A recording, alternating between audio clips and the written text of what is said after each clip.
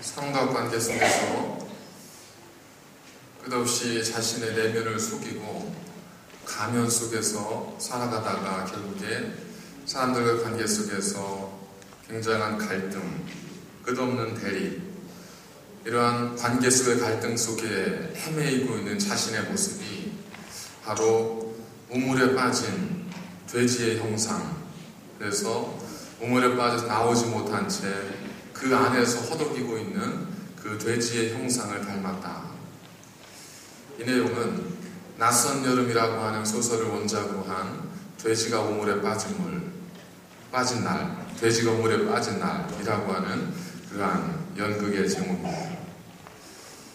돼지가 우물에 빠진 날, 정말 비참한 날이고 슬픈 날이고 돼지가 우물에 빠진 날은 기억하기 싫은 날입니다. 그래서 저희들도 성도가 그리스도인들이 시험에 빠진 날, 하나님의 백성이 시험 속에 빠져서 허덕이는 날, 마치 돼지가 우물에 빠진 그날처럼 결코 유쾌하지도 즐겁지도 기쁘지도 않은 그러한 날일 수밖에 없습니다. 어떻게 하면 우물에 빠진 돼지가 아닌 그렇게 하나님의 형상을 따라 살아가는 하나님의 백성으로 살아갈 수 있을까? 예수님께서 생전에 제자들에게 여러 가지 많은 가르침들을 통해서 시험에 빠지지 말 것을 기도하게 하셨습니다.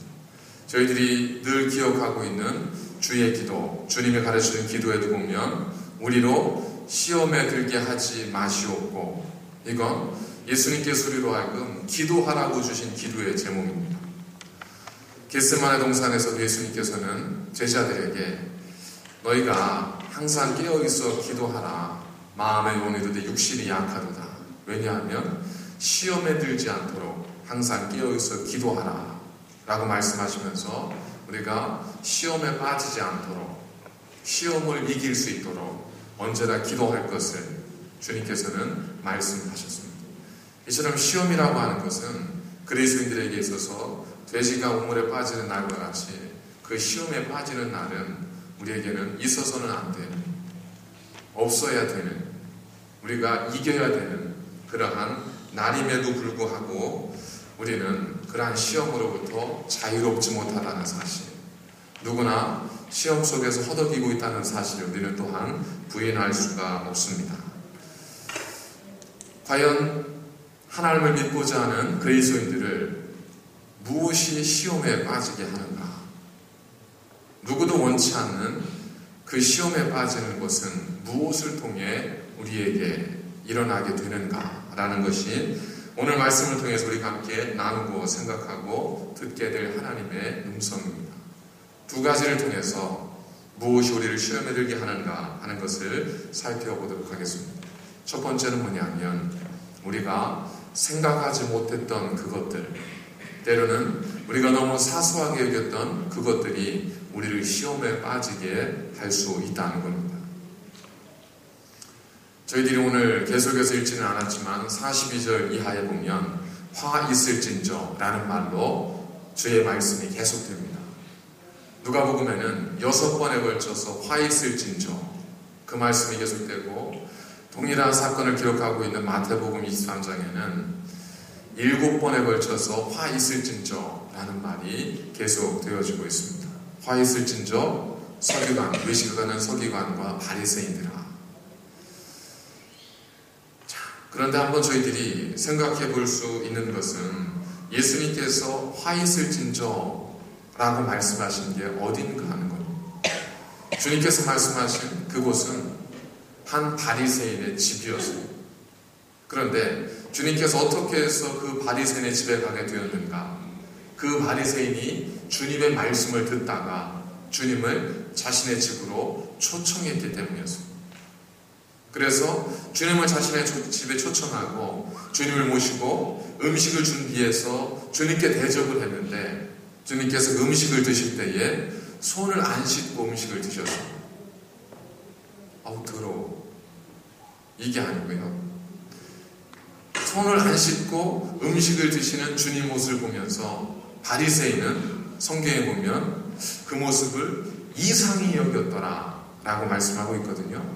여기서 이상역이다라고 하는 뜻은, 그 의미는 종교적인 어떤 경이적인 놀라움, 감탄을 나타낼 때 사용되어지는, 특별히 누가복음에서 그런 경이적인 놀라움과 감탄을 나타낼 때 사용되는 단어로 누가복음에서 특별히 많이 사용되어지고 있습니다. 예를 들면 예수님께서 행하시는 놀라운 이적을 보고 사람들이 이상히 여겼더라. 그건 무슨 뜻이냐면, 그 기적을 통해서 그 사람들은 그저 평상시에는 느낄 수 없는 것이었기 때문에 정말 종교적인, 경이적인 엄청난 놀라움과 감탄 속에 빠졌다는 거예요. 그런데 오늘 예수님께서 손을 씻지 않고 음식을 드시는 그 모습을 보면서 이 바리새인의 마음속에 놀라움이 있었는데, 그 놀라움이 어떤 종교적 신비적 체험을 할 때 느끼는 그 감정만큼이나 이 바리새인에게는 충격적인 사건으로 다가왔다는 거예요. 예수님께서는 이 바리새인의 얼굴 속에 있는 비춰진 그 마음 속에 있는 그 마음, 그 빛을 이 주님께서 놓치지 않고 그 빛을 딱 붙여가지고 그 순간에 오늘의 말씀을 하셨습니다. 그 순간 예수님께서는 화 있을진저, 마태복음에 의하면 외식하는 서기관들과 바리새인들아 라는 말씀으로 예수님께서 그 탄식 어린 책망의 말씀을 이어가고 있는 것을 저희들이 보게 됩니다. 먼저 저희들이 말씀의 의미를 이해하기 위해서는 당시의 관습을 좀 이해할 필요가 있습니다. 우리는 왜 손을 씻고 음식을 먹죠? 위생상 그 건강한 식습관을 위해서 손을 씻고 음식을 드십니다. 근데 이 바리새인들, 그 당시 유대인들은 그 위생법에 의해서 손을 씻었던 것이 아니라 정결예식에 의해서 손을 씻었습니다. 정결예식은 뭐냐면, 비록 모세오경에 율법을 통해 준 것은 아니지만 바리새인들이 자신들이 율법을 어떻게 하면 잘 지킬 수 있을까, 그것을 연구하다가 그들이 만든 유전들이 있습니다. 관습들이 있습니다. 어떻게 하면 기도를 더 잘하게 되는 걸까? 그래서 기도할 때 지켜야 될 것, 금식할 때 지켜야 될 것, 식사할 때 지켜야 될 것, 이렇게 그들이 만들어 놓은 유전이 있어요.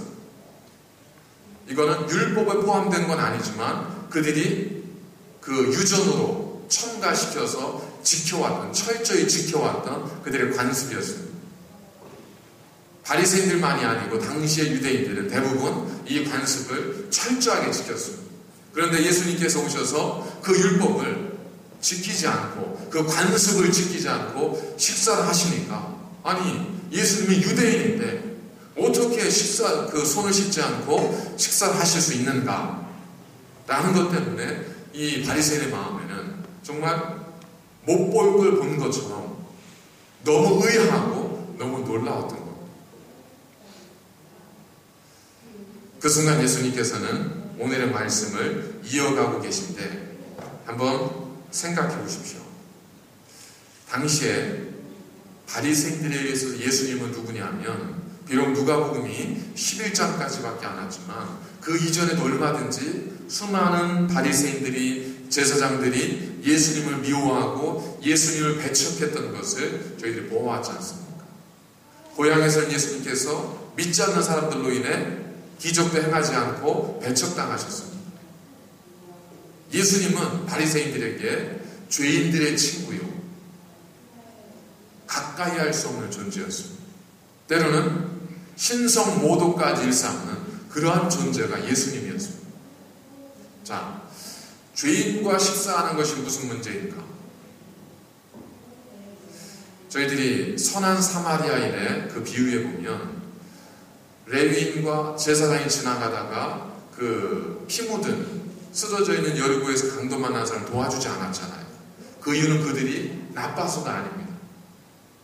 모세의 율법에 의하면 피 묻은 사람의 피를 만지면 그 사람은 부정해지기 때문에 일주일 동안 정결 예식을 치러야만 했습니다. 그러니까 지금 가서 준비해서 내일 제사를 드려야 되는 제사장 입장에서는 오늘 피를 만지면 내일 제사를 증리할 수가 없는 겁니다. 레위인도 마찬가지고. 그래서 그냥 지나갔던 겁니다. 그렇게 나쁜 사람들은 아니었습니다. 죄인을 집에 초대하고 죄인과 함께 식사하는 것은 무엇을 의미하냐면 그들과 함께 식사의 테이블을 접촉했다는 것으로 인해서 그들 또한 죄인이 되는 것을 의미합니다. 바리새인들은 그것을 철저하게 경계고 금하던 사람들입니다. 그렇기 때문에 예수님을 바리새인이 자신의 집으로 초대했다는 것은 우리하고 별것도 아니고 오히려 영광스러운 일이겠지만 그들에게 있어서는 엄청나게 충격적인 일일 수밖에 없었습니다. 2003년부터 유나이티드 처치가 호주연합교회가 동성애의 문제를 전국 총회에서 의제로 다루기 시작했습니다. 그런데 지금까지 한 번도 호주연합교회가 동성애에 대해서 인정하거나 그 리더십을 인정하거나 그런 걸 결정한 적이 한 번도 없었습니다. 그럼에도 불구하고 그런 이슈가 총회에 전국 총회 안건으로 의제로 상정이 되다 보니까 수많은 언론사들이 연합교단의 총회를 주목하면서 총회발 기사들을 타이틀을 뽑아서 이제 보도하기 시작하는 겁니다. 호주연합교단 동성애를 인정하다. 뭐 이런 타이틀을 써가면서 계속 보도를 하면서 사람들에게 사실이 아닌 것들을, 근거 없는 사실들을 그냥 보도를 해버리니까 사실 이제 일반 언론을 통해 사람들은 대부분 다 그렇다고 생각을 해왔습니다. 호주연합교단은 동성애를 인정한다. 거기는 동성애 지도자를 인정한다. 이런 이야기들이 기사화가 되니까 그래 심지어는 전혀 상관없는 일반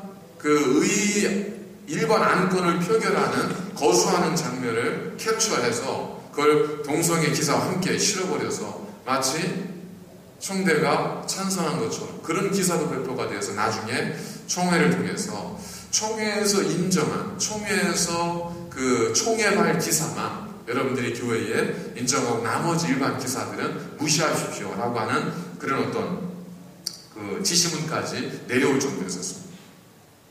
그냥 동성애 이슈가 호주연합교회의 총회 안건으로 상정되고 논의되었다는 사실 하나만으로 이 사회에 미친 영향력이 엄청났습니다. 지금도 여러분 밖에 나가보십시오. 대놓고는 안 하겠지만 밖에 나가보시면 다른 교회 다니시는 분들, 그분들 가운데 어디 다니세요? 저 호주연합교회 다니는데 그 동성애 인정하는 교단 아니에요? 이러면서 속으로 이렇게 보는 분들이 많습니다. 그 이슈 자체가 파급력이 엄청나기 때문에 예수님 당시에 예수님을 자신의 집으로 바리새인이 초대했다는 것은 이것과 똑같습니다. 그 파급력은 엄청날 수밖에 없습니다. 아니, 저 바리새인 아니야? 저는 내가 알던 그 경건한 사람 아니야? 저 사람이 어떻게 죄인의 친구 예수를 집으로 끌어들여 그것도 식사를 같이 해? 믿을 수 없어. 아마도 그러한 이유로 서기관들과 바리새인들이 그 집에 몰려들었는지 모르겠습니다. 그럼 이런 생각을 할 수 있죠. 아마 그 바리새인이 주님을 어떤 말꼬리를 잡아서 올무에 엮기 위해서 주님을 초대하는 것이 아닐까. 그렇게 생각할 수도 있지만 이 바리새인은 성경의 문맥을 보면 그렇지는 않았던 것 같습니다. 왜냐하면 주님께서 유대인의 유전대로 손을 씻지 않고 식사를 하실 때 이 바리새인의 마음속에 왜 저러지? 그 마음이 생겼거든요.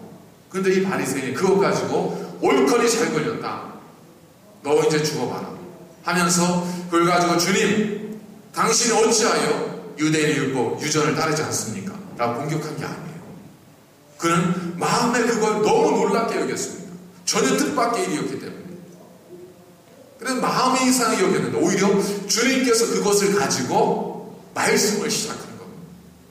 그러니까 이 바리새인에게는 그걸 가지고 주님을 공격하려고 하는 계획이 없었다는 거예요. 오히려 주님께서 일부러 그런 어떤 사건을 만드셔서 의도적으로 주님께서 무엇인가 말씀을 시작하셨다. 그러니까 바리새인에게는 그런 악한 의도는 없었던 것 같다는 것이 일반적인 신학자들의 어떤 견해입니다.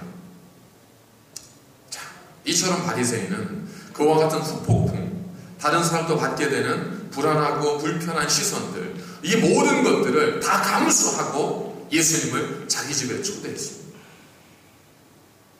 그런데 신학적 사상, 논쟁거리가 될 수 있는, 정쟁에 휘말릴 수 있는 이런 엄청난 주변의 시선들은 이 바리새인이 다 넉넉하게 극복하고 물리칠 수 있었지만, 이 바리새인이 정작 넘어서지 못하고 넘어질 수밖에 없던 한 가지가 있었는데, 바로 그게 뭐냐면 그들이 따르고 있던 유전, 손을 씻지 않고 밥을 먹었다고 하는 그 사실만큼은 이 바리새인이 넘어서지를 못한 거예요. 사소한 건 아니죠.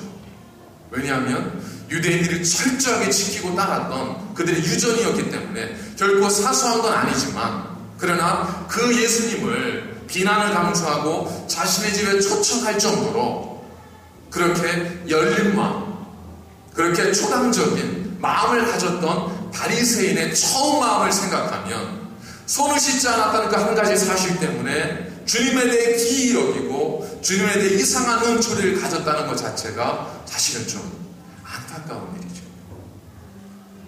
이처럼 우리를 시험에 넘어뜨리게 하는 것은 거대한 산이 아니라 우리가 생각하지 못했던 작은 돌부리일 수 있다는 거예요. 어떤 사람이 사막을 유행하고 돌아왔습니다. 혼자 긴 유행을 하고 돌아오니까 기자들이 몰려들었습니다. 질문을 던집니다. 아니, 사막을 혼자 횡단하셨다는데 얼마나 힘드셨습니까? 사막을 횡단하시면서 가장 힘드신 것이 무엇이었습니까? 이 사람은 곰곰이 생각에 잠깁니다. 기자들이 참지 못하고 계속해서 묻습니다. 사막의 뜨거운 열기, 40도, 50도가 이르는 그 뜨거운 태양이 가장 힘드셨습니까? 아니면 낮과 달리 극심한 일교차로 밤이면 영하로 떨어지는 추위가 힘드셨습니까? 아니면 전갈이나 혹은 뱀이나 독충들, 이러한 것들이 힘드셨습니까? 아니면 지독한 외로움, 그것이 가장 힘든 것이었습니까? 기자들이 막 질문을 던지니까 이 여행가가 아닙니다.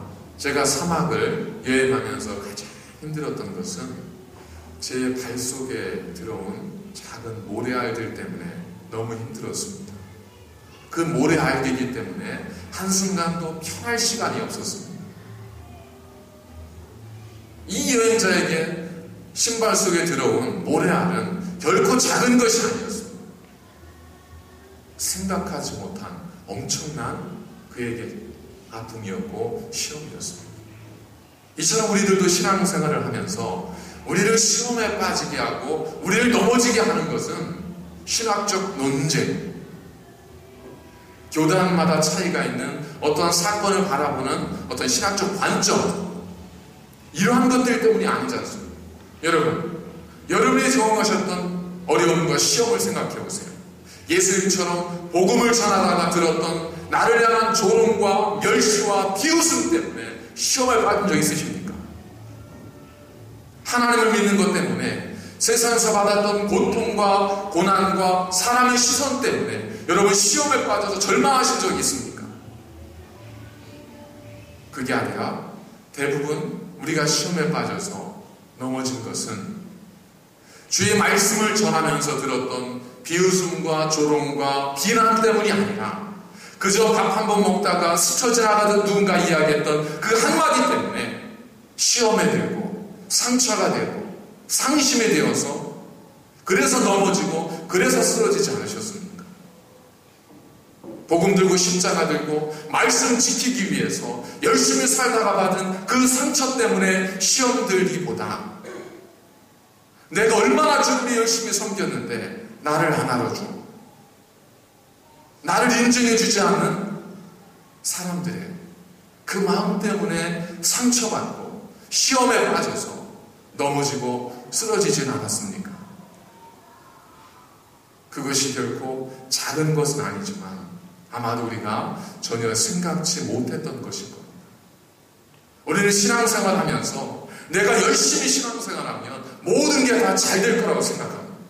이 바리새인이 예수님을 자신의 집에 초대하면서 얼마나 마음속에 자부심이 있었겠습니까? 바리새인은 자기를 드러내기 좋아하는 사람이잖아요.